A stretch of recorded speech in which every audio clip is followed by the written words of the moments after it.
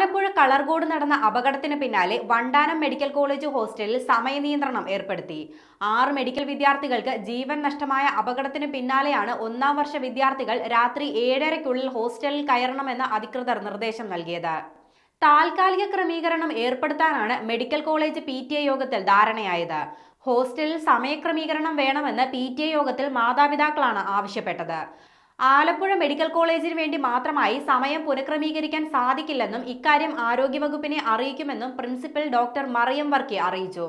Medical കോളേജിന് ചുറ്റുമതിൽ നിർമ്മിക്കാൻ estimate തയ്യാറാക്കി സർക്കാരിന് നൽകിയെന്നും പ്രിൻസിപ്പൽ PTA യോഗത്തിൽ വ്യക്തമാക്കി. അതേസമയം അപകടത്തിന്റെ പശ്ചാത്തലത്തിൽ വിദ്യാർത്ഥികൾക്ക് തുടർ കൗൺസിലിംഗ് നൽകും. ആദ്യവർഷ വിദ്യാർത്ഥികൾക്ക് മാത്രമാണ് കൗൺസിലിംഗ് നൽകുന്നത്.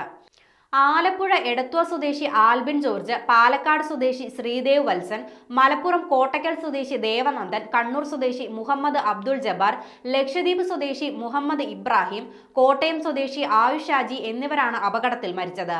ആലപ്പുഴ മെഡിക്കൽ കോളേജിലെ ഒന്നാം വർഷ MBBS വിദ്യാർത്ഥികളായിരുന്നു എല്ലാവരും.